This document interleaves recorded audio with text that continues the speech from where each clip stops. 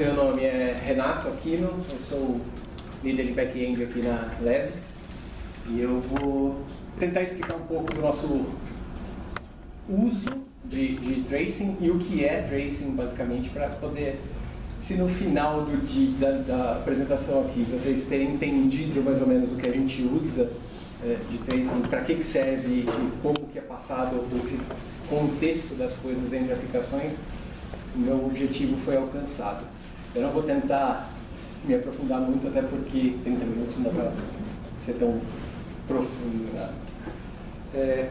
Primeiro eu queria só perguntar aqui quem já tem experiência com Go, quem trabalha com Go, assim, sei lá, tá? Quem já ouviu falar de tracing ou usou alguma coisa desse tipo? Ok. Então acho que vou conseguir explicar coisas novas para muita gente aqui. E os que conhecem já, depois a gente pode discutir um pouco mais a fundo tudo. O Bruno já fez a nossa apresentação, a gente recebeu recentemente também o prêmio de Great Place to Work. No ano passado a gente chegou a ganhar na América Latina o prêmio do MIT. Então, e o nosso principal produto hoje é o Emprego Ligado, que é para vagas de cargos operacionais. Esses são alguns dos nossos clientes.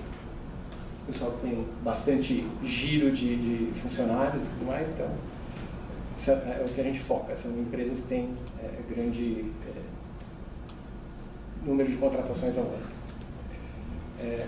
Estamos contratando também, né? Como todos quiserem depois, dão uma olhada nas nossas vagas. Então, para o histórico, obviamente tem a disputa entre monolitos e microserviços aí já há um bom tempo.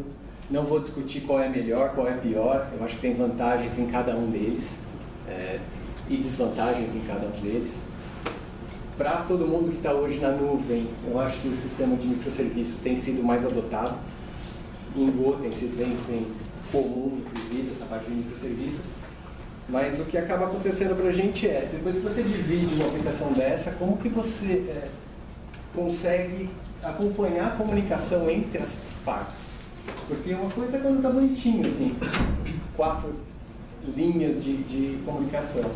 Mas quando você chega numa situação dessa, de um mesh muito grande de serviços, como que você consegue acompanhar essas comunicações e saber onde cada caminho que você está executando tem problema ou não?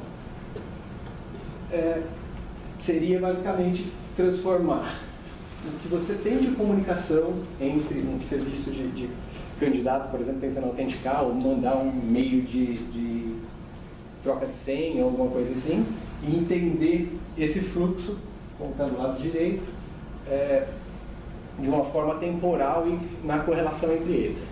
Essa passagem de contexto é basicamente o cerne dessa parte de tracing. Se você entender que a passagem de contexto é feita de uma forma direta entre as chamadas que você faz de HTTP ou chamadas de função mesmo, inclusive no OpenCensus, que é o que a gente vai usar de exemplo, ele usa a biblioteca de contexto do Go para fazer essa função, fica bem simples de você já enxergar como que é feito o passo a passo. Então, a ideia é a gente chegar em algo assim. Essa é uma tela do Jaeger, que é uma ferramenta que o Uber desenvolveu para fazer tracing, mas você pode ver que eles têm um trace bem complexo aí, com diversos bancos, tempo de execução, e na ferramenta mesmo você pode ir até em mais detalhes do que isso. Só mostrando um exemplo do que a gente almeja, saber a sequência de execução e os tempos de cada um, para você conseguir enxergar os gargalos, quanto que uma query demora, quanto que um outro serviço demora para responder, e por aí vai. Então, conceitualmente, tracing distribuído é o processo de rastrear as atividades de uma requisição. Uma requisição pode ter diversos escopos, pode ser uma requisição HTTP, pode ser uma requisição interna, pode ser algo disparado por uma mensagem no sistema de mensageria assíncrona, tipo um RabbitMQ, Kafka, o que quer que seja. É uma requisição, algo que você quer contabilizar de ponta a ponta.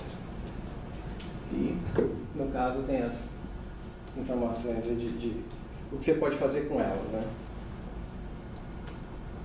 Então, numa visão geral, você vai ter a tua aplicação, você é obrigado a instrumentar ela, porque primeiro, Go não é Ruby, por exemplo, que você consegue fazer monkey patch em tudo. Não dá para você simplesmente sair varrendo a biblioteca, adicionando funções dinamicamente para fazer alguma coisa. Então, a gente precisa instrumentar e falar exatamente quais pontos que você quer e nomear esses pontos. Que a gente vai ver depois. Feita a instrumentação, é passado para algum tipo de coletor que vai jogar para um back-end desses aí. Esses são alguns nomes de mercado que eu coloquei. O Zipkin e o Jaeger são os dois open source mais conhecidos.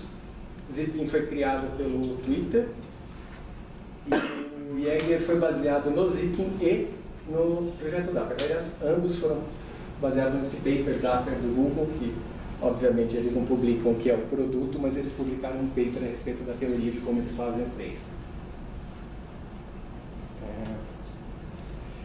A instrumentação, isso é da documentação do próprio Jaeger, ela é feita de forma que você tenha dentro da host que está executando a tua aplicação uma espécie de um sidecar, que ele vai agrupar essas informações e mandar em lote para um coletor. A função do coletor é persistir. Nesse caso ele está com o exemplo do Cassandra, mas poderia ser um Elasticsearch, um Kafka. No caso do Kafka tem até um ingestor, porque ele não faz processamento, então você precisa processar por fora. E por fim você tem uma interface para você fazer a query em cima dessas métricas que você colocou lá dentro. Esses três. Então, tua função como desenvolvedor é inicializar a aplicação dizendo aonde está o coletor que você vai usar, sendo ele o sidecar ou o coletor direto, e quais partes do seu código você quer ter métrica.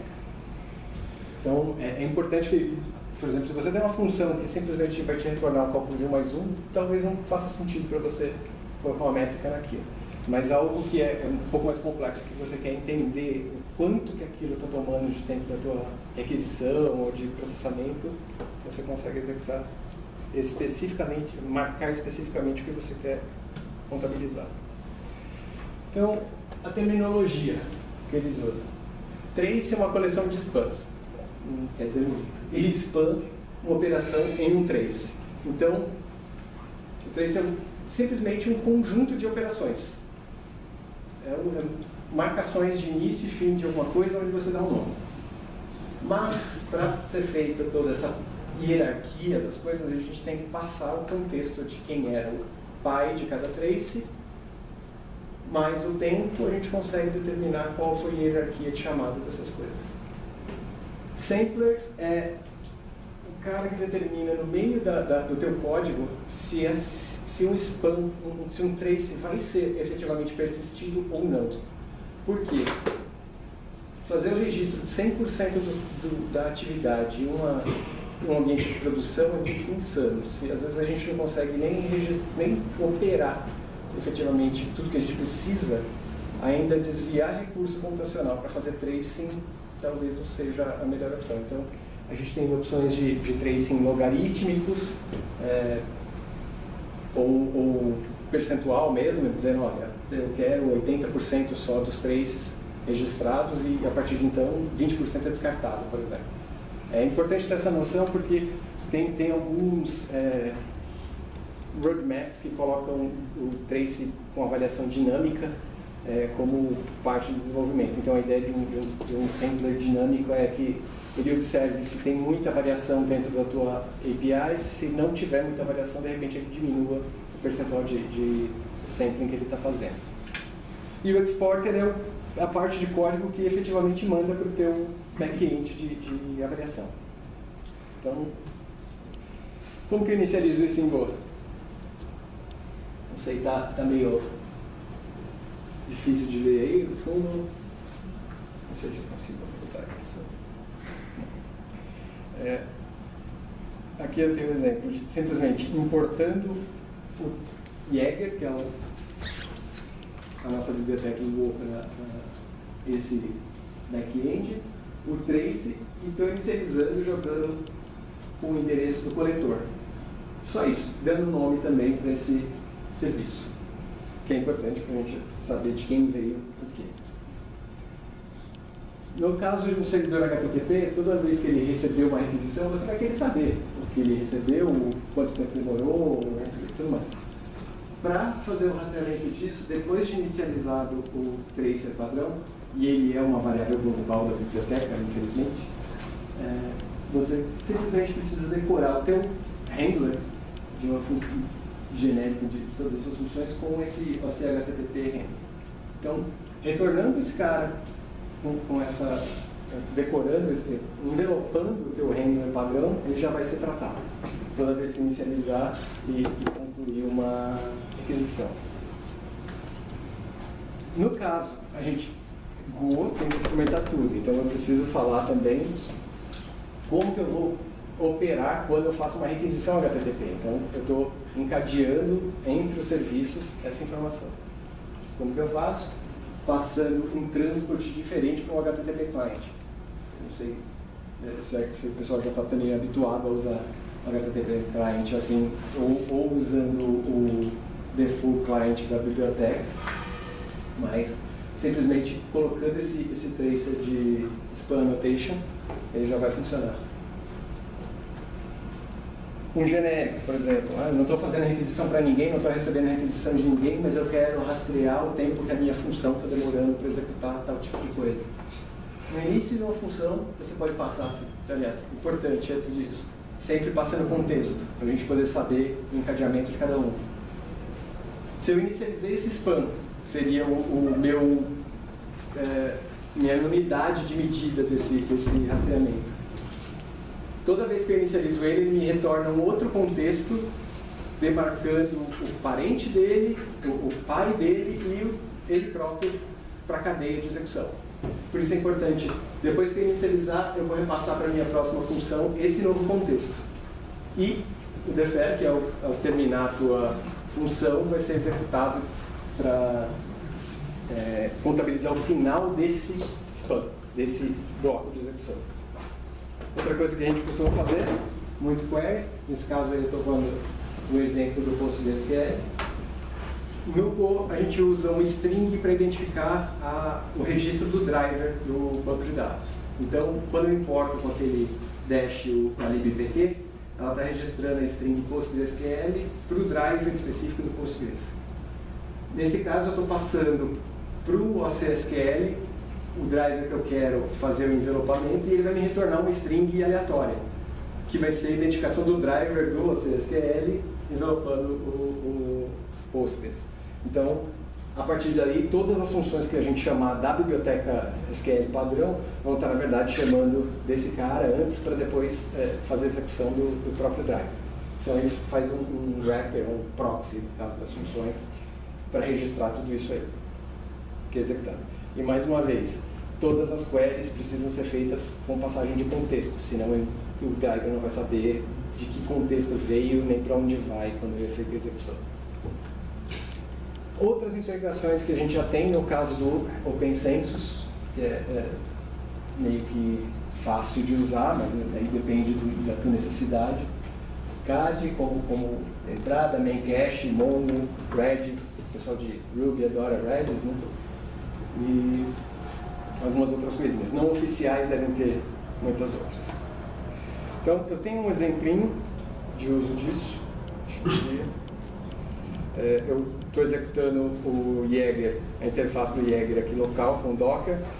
Na página desse exemplo, eu deixei o comando para você executar isso no Docker, quem quiser depois testar.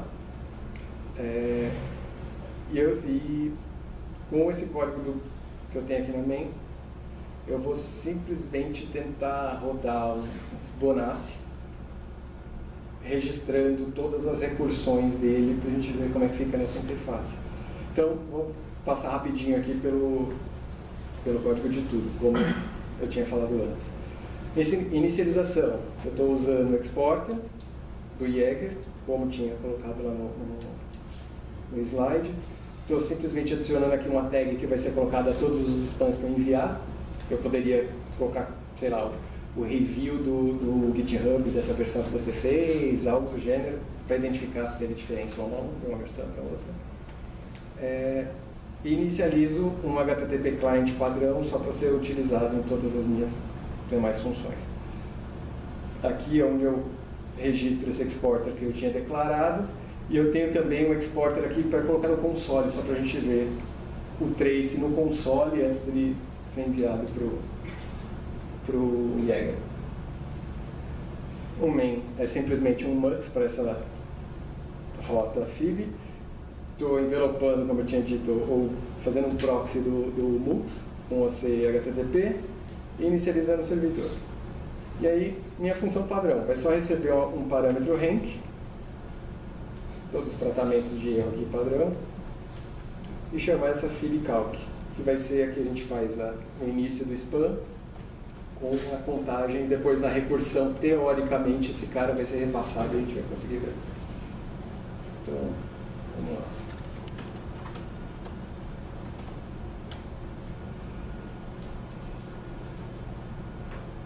Eu tinha deixado pré-pronto aqui alguma coisa, então eu vou chamar a primeira vez ele com, sei lá, 6 itens no Fibonacci, e, sei lá, uns 10, por exemplo. Então, no console, eu tenho os traces dizendo para mim quem era quem é o ID do trace principal, o spam e o parent spam, qual o nome que foi dado para o spam, que eu, no caso, eu coloquei só o rank na hora que está fazendo a recursão, para a gente ver direitinho a interface, e quanto tempo esse cara gastou. Por mais que ele esteja aqui imprimindo tudo, não faz sentido para a gente ler isso aqui e depois tentar montar uma árvore de tempo de execução com strings. Isso aqui é só exatamente para teste, saber se a instrumentação está funcionando ou não. O interessante para a gente fica aqui. Então, essa ferramenta agora eu vou ter.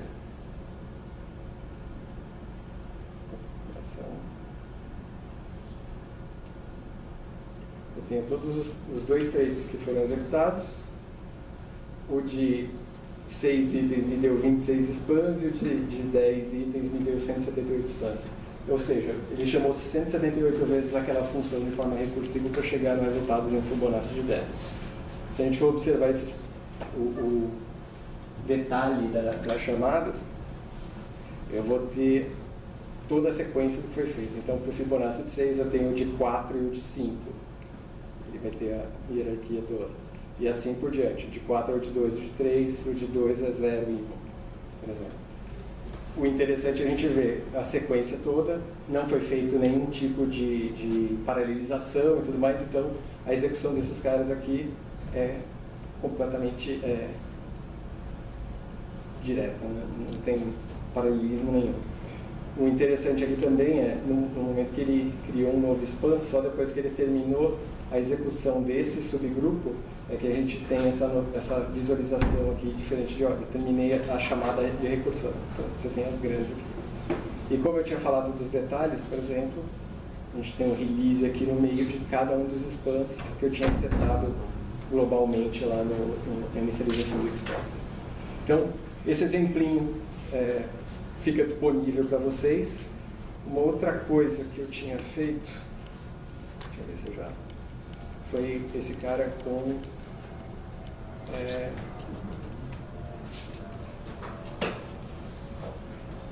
chamadas HTTP, que aí dá para a gente ver também a chamada. Então, ao invés de eu chamar ele recursivo, eu vou chamar esse cara usando uma recursão para um outro endpoint HTTP.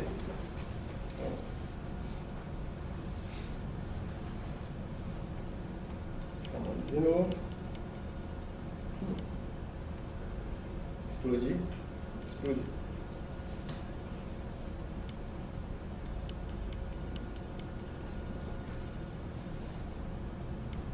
Explodir a recursão. Mas, fica também lá o código como exemplo para vocês darem uma olhada. Voltando à apresentação.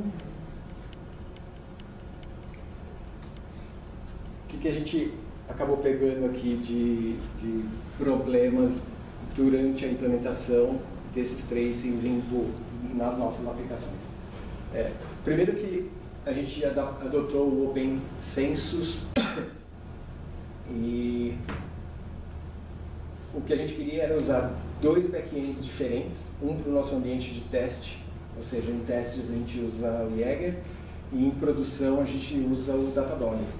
Então a minha ideia, quando a gente começou a implementar isso, foi ter o mesmo set de código, só por uma variável eu consegui determinar para qual tipo de back-end que a gente ia usar. Funcionou muito bem para Go, nesse caso do Jaeger e Datadog. Aí vieram as dores de conversão, porque o OpenCensus ele tem um jeito dele de registrar as coisas, e o Datadog, na hora de converter para as persistências que eles fazem, ele começou a converter qualquer tipo de retorno, como 412, por exemplo, como erro. Então tudo é um erro, tudo que não é 200 para ele é um erro. Então talvez em algum momento saia algum review para corrigir isso deles, ou não sei, talvez a gente mesmo até tenha que fazer algo assim, porque ele está dando um status diferenciado errado para a gente e não é legal. Um outro problema que a gente teve é que, por mais que seja aberto, seja um padrão aberto, ele não tem adoção geral de todas as linguagens, nem de todos os back-ends. Se a gente quisesse usar o New Relic, por exemplo, como back-end, eu não sei se essa integração está muito boa para fazer isso. E como cada linguagem acaba implementando da sua forma, a gente teve alguns outros probleminhas. Por exemplo, quando nós começamos a integrar as aplicações que a gente tinha em Python, eu conseguia rodar o OpenCensus numa versão com Jaeger, mas para rodar com Datadog eu tinha que rodar em outra versão. Então, no meio do caminho, a gente acabou desistindo de fazer essa integração. A aplicação está rodando só no formato de produção com Datadog e tocando a bola para frente até o momento que isso foi resolvido.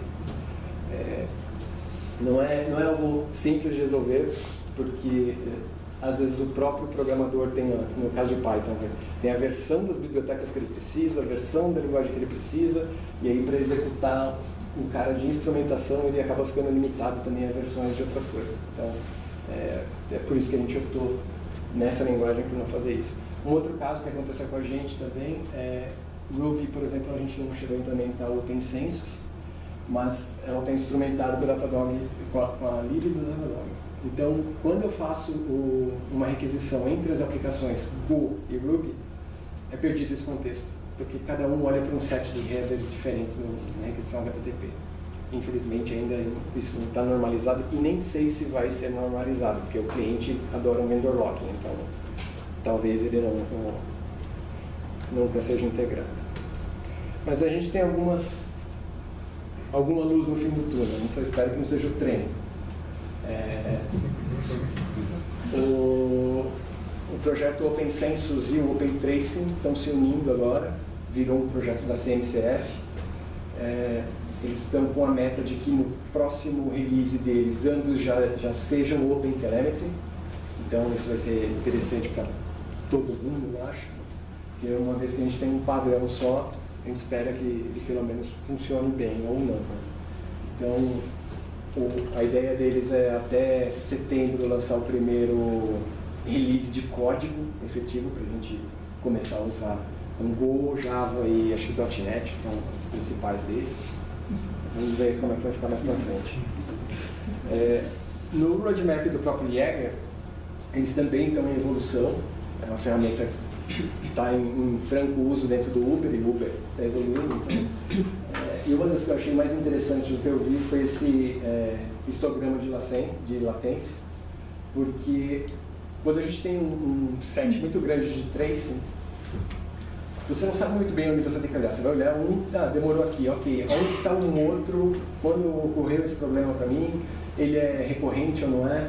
E com uma visão dessa de histograma de tracing, você consegue observar qual o período que você teve absência de execução, ou que demorou demais, ou coisa do gênero. E aí você consegue fazer o pinpoint dos traces e fazer as comparações. Aliás, só falando em comparação, vou mostrar uma coisinha.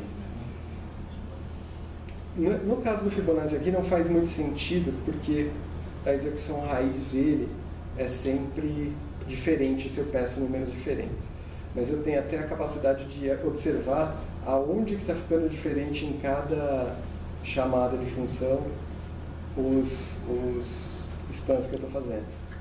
Então eu chamei ele de 6 e de 10. Então, no início já é diferente, então não dá para a gente saber. Mas 2 chamadas de função para a mesma coisa, se elas executarem alguma parte diferenciada, você consegue, nesse tipo de visão de comparação, saber onde está diferente ou não. Com aquela visão de histograma e mais uma outra que eles estão prometendo, que é de... não coloquei aqui. Que é uma de árvore de dependência, você consegue simplesmente, instrumentando as aplicações, saber qual que é toda a interdependência deles. Então, já te dá aí 3 visões para você trabalhar em cima só dessa informação de instrumentação. Importante para tudo isso, dá um trabalhão, cara, colocar instrumentação. Você vai colocar 3 chamadas fixas, que é a inicialização, do HTTP, do exporter, e depois você vai ter que sair na sua aplicação colocando contexto em tudo, nomeando o que você está fazendo ou não, se importa ou se não importa. E no fim das contas, o que importa mesmo é quando isso estiver no back-end, para que você vai usar. Se você não usa para ficar observando também a sua aplicação, é um fazendeiro que está plantando e não está colhendo. Você tem o custo de armazenar isso, você tem banda que você está num lugar que é cobrado entre os lugares onde você está armazenando e está executando, você está pagando e está jogando dinheiro fora e tempo de processamento fora. Então é importante para quem for implementar isso, tome cuidado com isso, senão é mais interessante até desligar no caso, se não for fazer nada. E é isso o que eu tinha para falar para vocês do basicão sobre Tracer. Se vocês tiverem alguma pergunta, fique à vontade. Alguém quer fazer algum comentário, acrescentar mais alguma informação, questionar? No caso, ali, se eu fazer um texto, por exemplo, trabalhar com um routine, e aí morre o escopo da minha função principal e de minhas routines. Eu dou um the first stop. Vai funcionar no contexto ou ele vai perder essa referência do contexto pai? Porque eu vou dar um stop nele e a routine vai estar executando ainda. Tá. O coletor ele tem a função de unir todos esses contextos. Lembrando para você que quando eu estou falando de contexto, não é necessariamente na mesma aplicação. Então, ele consegue unir contextos de aplicações diferentes e mesmo que um contexto pai já tenha sido dado como fechado, o tempo de execução dele vai ser só o tempo final de todos os outros spans que ele vai acabar recebendo depois no segundo. Excelente. Então, ele vai continuar. Só não vai continuar talvez se a sua aplicação morrer, se o container morto ele não tem mais informação nenhuma daquilo, aí não tem como. Na instante vai. Excelente. O pessoal está tímido. Beleza. Então é isso.